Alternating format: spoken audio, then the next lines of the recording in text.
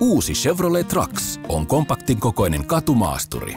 Sen sisätilat ovat kuitenkin suuremmat kuin ulkonäön perusteella voisi olettaa. Pään tilaa on reilusti ja takaistuimelle mahtuu 3 matkustajaa. Istuimet voi järjestää jopa 8 eri tavalla kuljetustarpeen mukaan. Tavaratila on 356 litraa ja se on helposti laajennettavissa. Kun vain etuistuimet ovat käytössä, mukaan mahtuu jopa 1370 litraa tavaraa.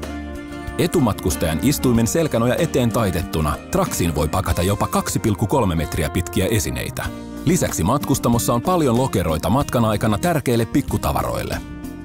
Voimanlähteeksi Traxiin voi valita joko bensiini- tai dieselmoottorin. Edullisin Trax-malli on 1,6 litran bensiinimoottorilla varustettu etuvetoinen Trax, jossa on käsivalintainen vaihteisto.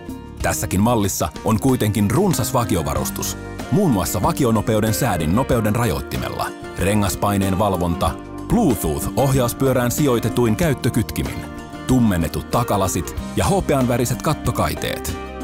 LT-varustetaso tuo lisää käyttöä helpottavia, mukavuutta lisääviä ja ulkonäköä parantavia varusteita.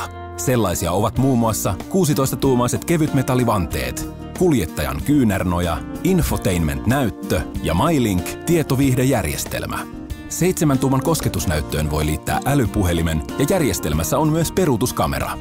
Traxin kattavimpaan LTZ-varustukseen kuuluvat esimerkiksi nahkaverhoilu ja 18-tuumaiset kevytmetallivanteet.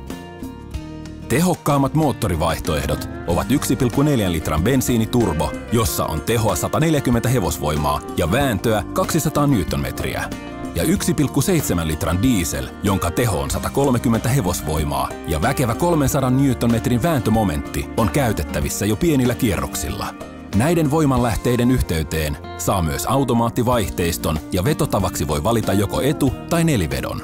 Käsivalintaisella vaihteistolla varustetuissa Traxeissa on moottorin sammutusautomatiikka Start-Stop. Ekonappulaa painamalla auton polttoaineen kulutus optimoidaan mahdollisimman pieneksi.